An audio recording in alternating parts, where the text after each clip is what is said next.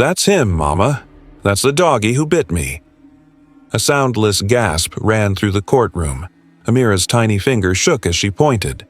Her voice was quiet, almost like a secret, but it landed like a bomb. The jury turned. The reporters stopped. Typing. Even the K9 dog sitting beside Officer Brent Holloway lifted its ears. Her mother, Zainab, gripped the bench so tight her knuckles turned white. Judge Carol Reese blinked. "Can the record please reflect that the minor witness has identified the K9 in question?" The prosecutor stood. "Objection, Your Honor. This is improper. She's not qualified to... She's not testifying to evidence." The defense attorney cut in sharply. "She's identifying a trauma." The judge nodded slowly, her voice lower now. Overruled. Amira's eyes didn't move. Her gaze was fixed on the dog, half curiosity, half fear. Her tiny shoes didn't reach the floor from the witness chair. She looked too young to be anywhere near a courtroom. Zainab wanted to grab her, pull her out of that chair, protect her. But she knew it was too late for protection. That was gone. The night they kicked in her door, 2 months earlier, no warning, no knock, no sirens. Just a crash, a flash of light, and men in black uniforms storming into her house. Her husband had been asleep on the couch with their son. Amira had been in the hallway, holding a juice box. The dog moved faster than she could scream. Moment Amira was standing still. The next, her cries had sliced the air like a blade. That sound still lived inside Zainab's bones. They didn't stop the dog. Not when it lunged. Not when Amira fell. Not when her tiny leg twisted under her. Zainab had tried to run to her, but someone held her back, yelling, "Ma'am, stay where you are." She didn't even know the dog's name. In court now, Zainab sat frozen, watching as her daughter's words unstitched everything they'd buried. "Can you tell us again what happened, sweetheart?" The defense attorney asked gently. Amira nodded. "I was going to show Daddy my picture. It had a rainbow. Then the dog came and... She touched her thigh. "He bit my leg and he didn't let go." Silence. One juror wiped her eyes. "Did anyone help you, Amira?" She shook her head. "Only my brother. He pushed the dog, then he put his hoodie on me. It was red." A murmur moved through the room. The prosecutor leaned forward, trying to regain control. "Amira, do you know what a police dog does?" Zainab stood up. "Sit down," the bailiff warned, but Judge Reese raised a hand. "Let her speak." Zainab's voice cracked. "She's 3. She doesn't even know how to tie her shoes. And you're asking her about trained animals that break into homes and drag kids across the floor." The judge said nothing. She didn't have to. Everyone had seen the photos. Amira's scar was long, curved like a sickle around her thigh. The doctors had said they were lucky. It missed the artery by half an inch. Half an inch. That was the difference between a trial and a funeral. The defense pulled out a file. "Your Honor," he said, holding up a report, "we'd like to enter into evidence Exhibit C, a past complaint filed against K9 Officer Brent Holloway, and the same dog for excessive force in a prior home raid. That case was sealed under internal review." The prosecutor objected again. This time, the judge didn't say, "Overruled." She just stared at the file in silence. Then she nodded. "Let the jury review it during recess." Officer Holloway shifted in his seat. Sweat rolled down the side of his face. The dog stayed perfectly still. Recess came, but no one left. Even. The jury stayed in their chairs as if moving would break the truth open even wider.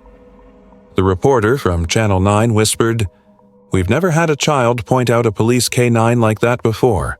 Not in open court." Zainab didn't care about headlines. She didn't care about news segments. She just wanted someone, anyone, to finally say it. They hurt her child. Not by accident, not by mistake, but by force, by a badge, and by silence.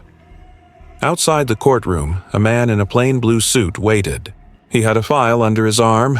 He was a former officer. He walked slowly, breathing like each step cost him.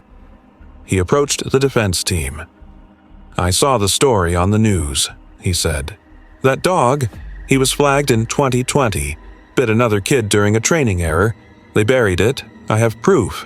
The lawyer blinked. "You're willing to testify?" The man looked toward the courtroom doors where Amira sat swinging her legs, slightly in her seat. "I'm a father," he said. "Yes." Back in court, the judge turned to the jury. "We will reconvene tomorrow. In light of new documentation and a child's direct identification of the K-9 involved, the court finds probable cause to reopen departmental records on Officer Holloway and his service animal." The officer didn't protest. His face had gone, pale. The prosecutor stood again, voice tight. "Your Honor, may I remind the court that a child's memory is not always reliable." Judge Reese cut her off. "You may, but today, a 3-year-old remembered something the department forgot. Or hid." Zainab held Amira's hand as they walked past the press outside. A woman with a mic asked if she planned to sue. Zainab didn't answer. Amira looked up at her. "Mama? Will they take that dog away?" Zainab stopped walking. She crouched down, brushing the child's curls away from her forehead.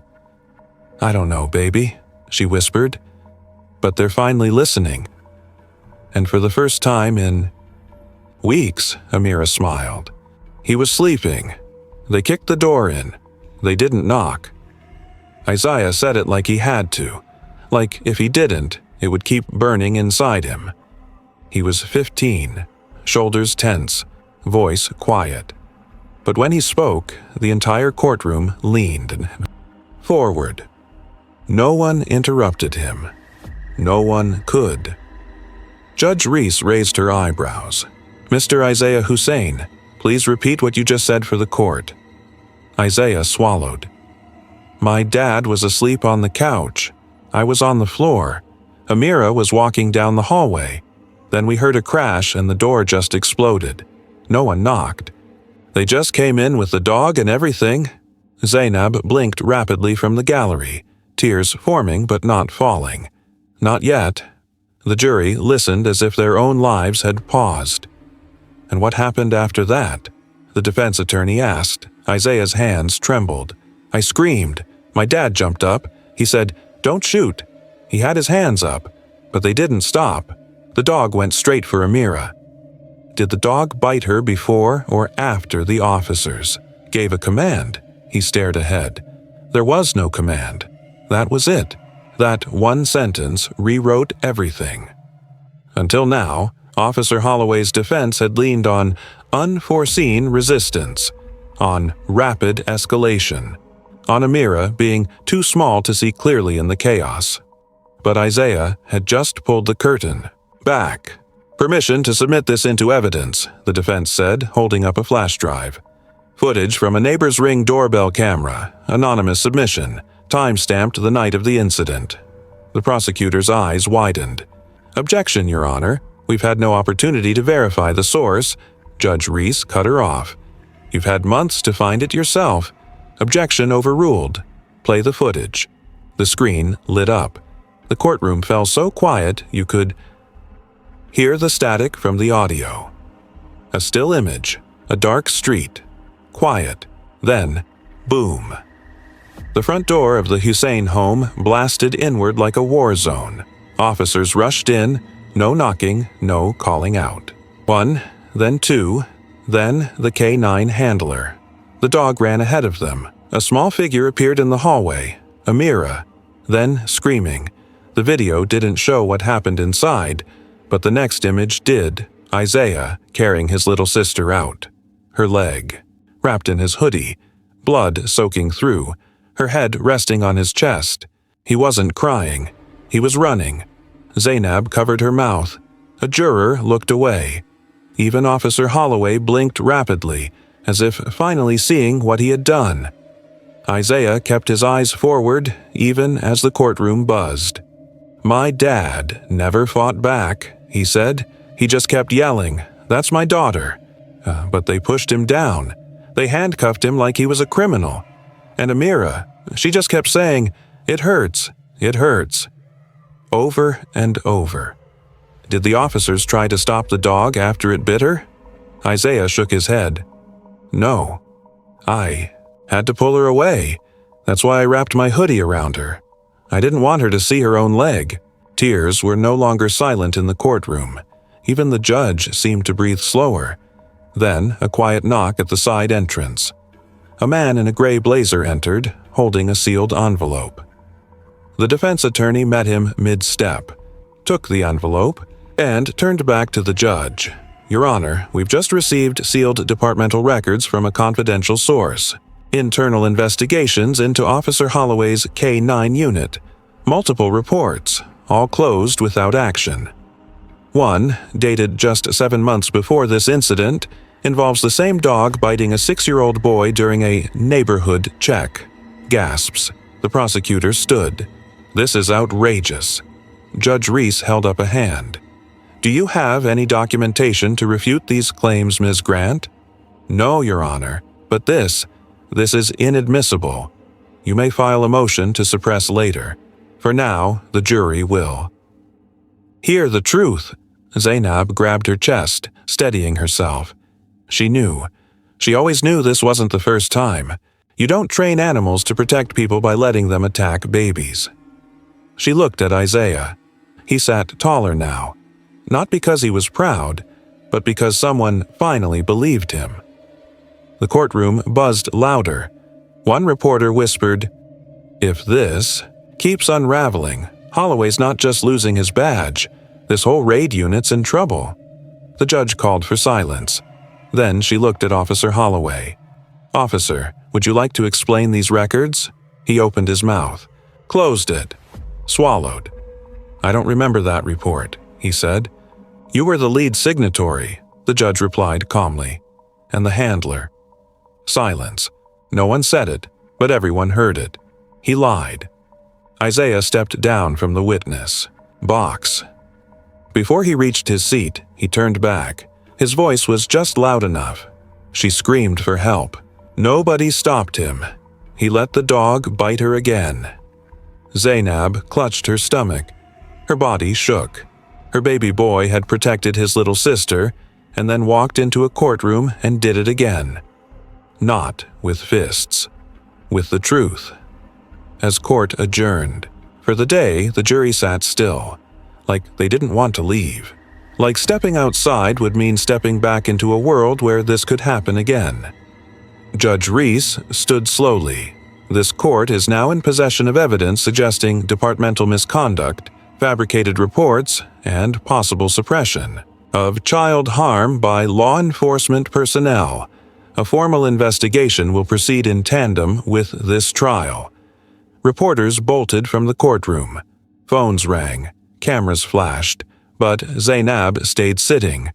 She looked at Amira, who had fallen asleep, against her side. Safe. At last. For now, and for the first time. She allowed herself to cry. He let the dog bite her again. The words echoed in the courtroom like thunder on glass. Isaiah's voice still clung to the walls, even after he'd left the stand. Zainab held Amira close. Her baby's small hand clutched her scarf, face buried in her shoulder, unaware of the storm she'd walked into weeks ago and was now at the center of. But that storm was breaking open wider than anyone expected. "Call your next witness," Judge Reese ordered. The defense attorney nodded. "We call Layla Thompson to the stand." A quiet stir moved through the gallery. Layla was the neighbor, the one who'd submitted the Ring doorbell footage anonymously. But this time, she wasn't hiding. She walked slowly to the stand. Nervous, but something in her eyes said she wasn't. Here to guess. She was here to finish what Amira had started. "Miss Thompson," the attorney asked gently, "can you tell the court what you saw the night of February 7th? Layla glanced toward Zainab, then to Amira. "I live 2 doors down. I was outside watering plants. I know, it was cold, but I had just got off work. I heard a bang, then yelling. Then, her voice cracked, then a scream I'll never forget. She steadied herself. I ran to the edge of my porch. The door was wide open. I saw the officers. I saw the dog, and I saw the little girl. The courtroom held its breath. Were you able to hear any commands given to the dog? Layla nodded, tears now pooling. Yes, I heard one of the officers yell, "Get him!"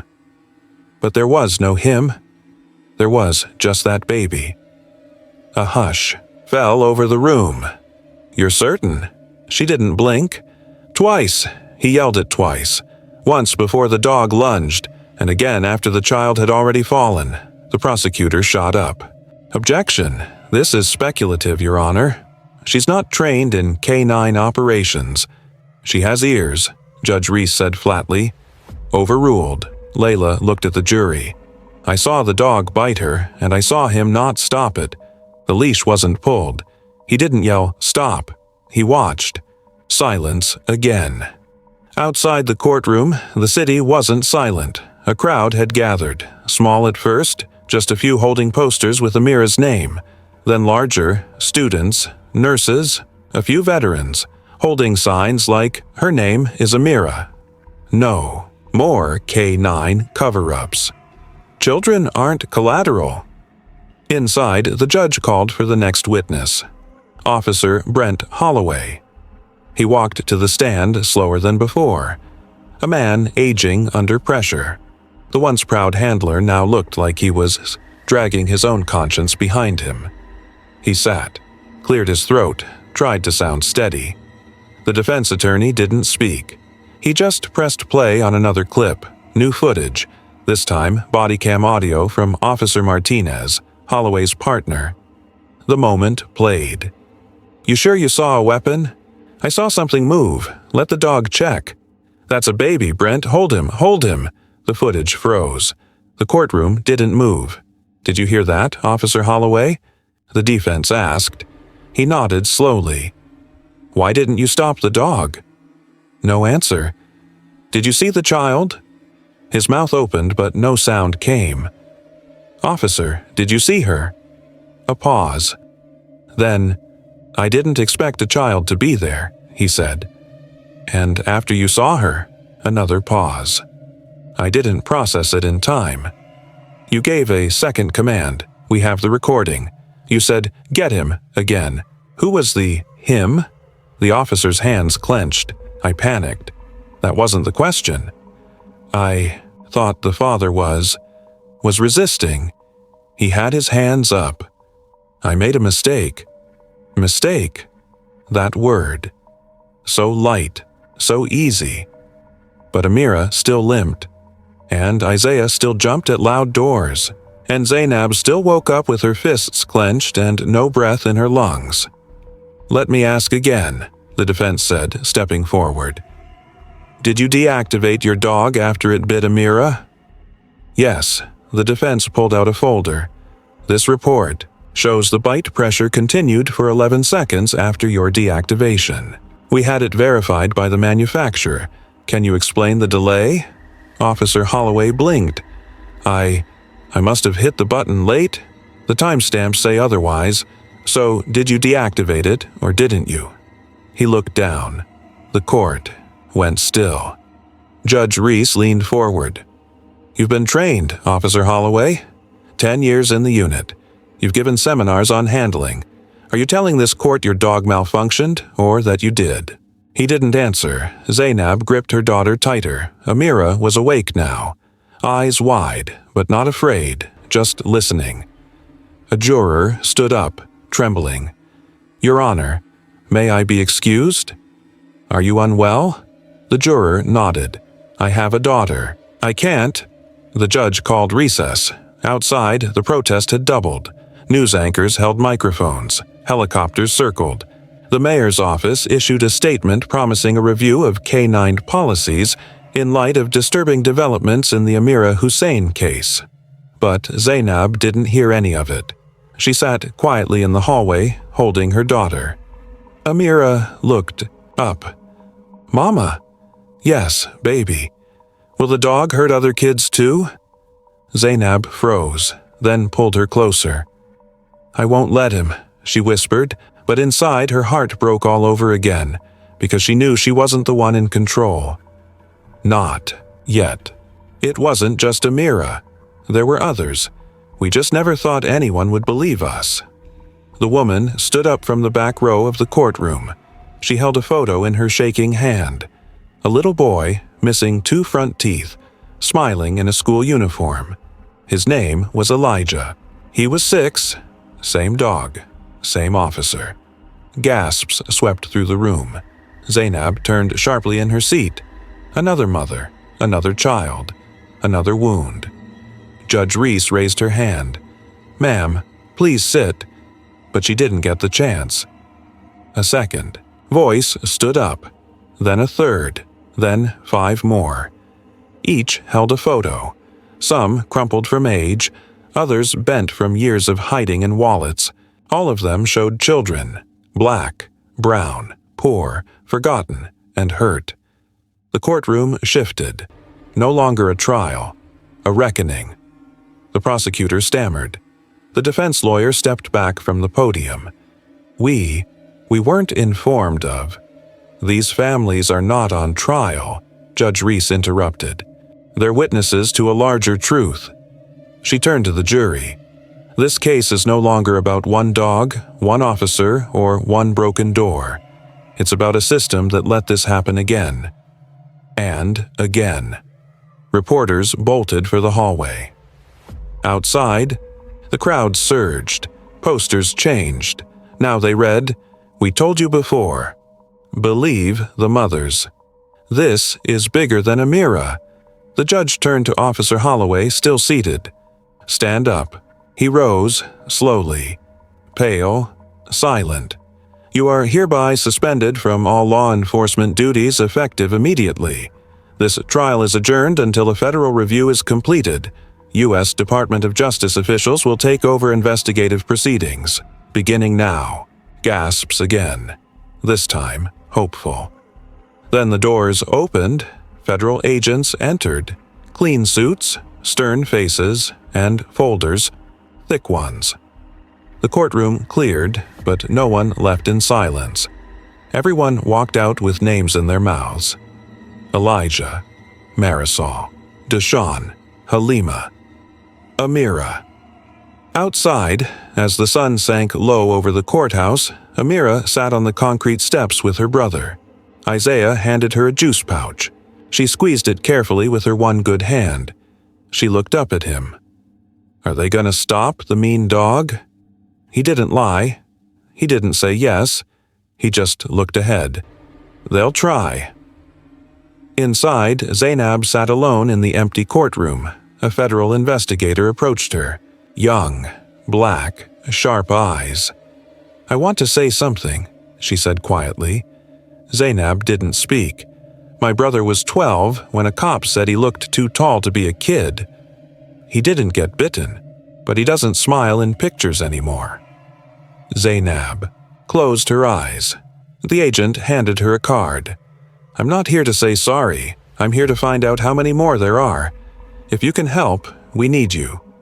Zainab looked at the card, then nodded. A week later, the judge dismissed all charges against Amira's father. The footage, the testimonies, the buried complaints, the false reports. It all came undone. The DA's office held a press conference. The police chief resigned. The K-9 unit was dissolved.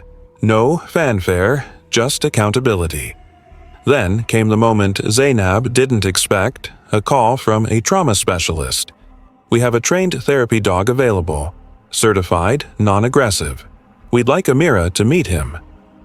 Zainab hesitated, then agreed. The next day, in a quiet therapy room padded with soft colors and sunlight, Amira walked in, one crutch under her arm, her brother beside her. A golden retriever wagged its tail gently. Brown eyes. Calm. Amira stopped, looked up at her mom. Zainab knelt. "You don't have to if you're scared." Amira shook her head. "I'm not scared." She walked over slowly and sat beside the dog. It didn't move. She reached out. It licked her fingers once, softly. Then she smiled. Zainab's eyes filled, but she didn't cry this time. She just watched her daughter take back something stolen. Amira leaned into the dog's fur, then looked back at her mother. "This one's nice, Mama," she said. "He's not scared of little girls."